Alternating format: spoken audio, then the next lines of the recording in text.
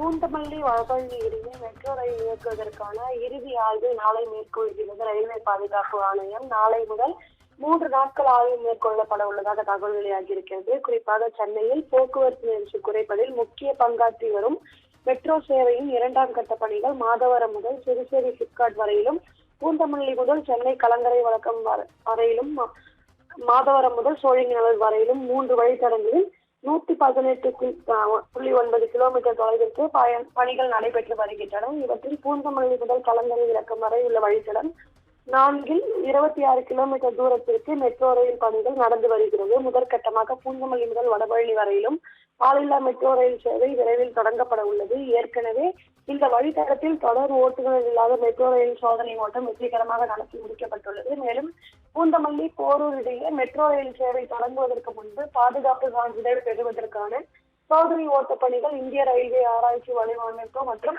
தர நிர்ணய அமைப்பை சார்ந்த அதிகாரிகள் முன்னிலையில் மெட்ரோ ரயில் சோதனை ஓட்டம் நடத்தி காண்பிக்கப்பட்டு சான்றிதழ் பெறப்பட்டது. அப்பொழுது 90 கிலோமீட்டர் வேகத்தில் மெட்ரோ ரயில்கள் இயக்கி பயணிகளின் பயண வசதி குறித்து மதிப்பீடு செய்யப்பட்டது. பிரேக்கிங் தொழில்நுட்பம், தண்டவாளத்தின் தரம், ரயில் பெட்டிகளின் வசதி, பயணிகளின் பாதுகாப்பு, கட்டுமானம் குறித்த ஆய்வுகள் செய்யப்பட்டது. இந்த சோதனையின் அடிப்படையில் பாதுகாப்பு சான்றிதழ் வழங்கப்பட்டிருக்கிறது. இந்த நிலையில் பூந்தமல்லி வடபழனி இடையே மெட்ரோ ரயில் இயக்குவதற்கான இறுதி ஆய்வை ரயில்வே பாதுகாப்பு ஆணையம் நாளை மேற்கொள்ள இருக்கிறது. நாளை முதல் 3 நாட்கள் பாதுகாப்பு ஆணையர் AM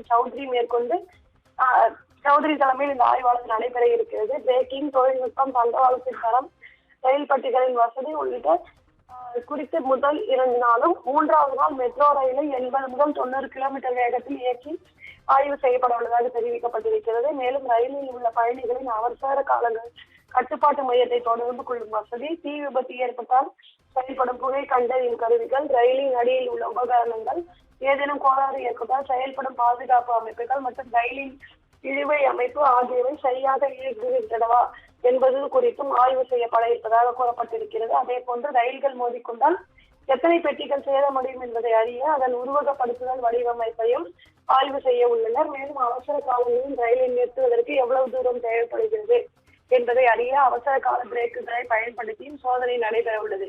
எனவே ரயில்வே பாதுகாப்பு ஆணையர் AM சௌத்ரி சோதனை செய்து அறிக்கையை மத்திய அரசிடம் சமர்ப்பிப்பார் என்று தெரிவிக்கப்பட்டிருக்கிறது. அதன் பிறகாக மத்திய மாநில அரசுகள் ரயில் சேவையை தொடங்குவதற்கு ஆயத்த பணிகளை மேற்கொள்ளும் என மெட்ரோ நிர்வாக அதிகாரிகள் தரப்பிலிருந்து தகவலானது தெரிவிக்கப்பட்டிருக்கிறது.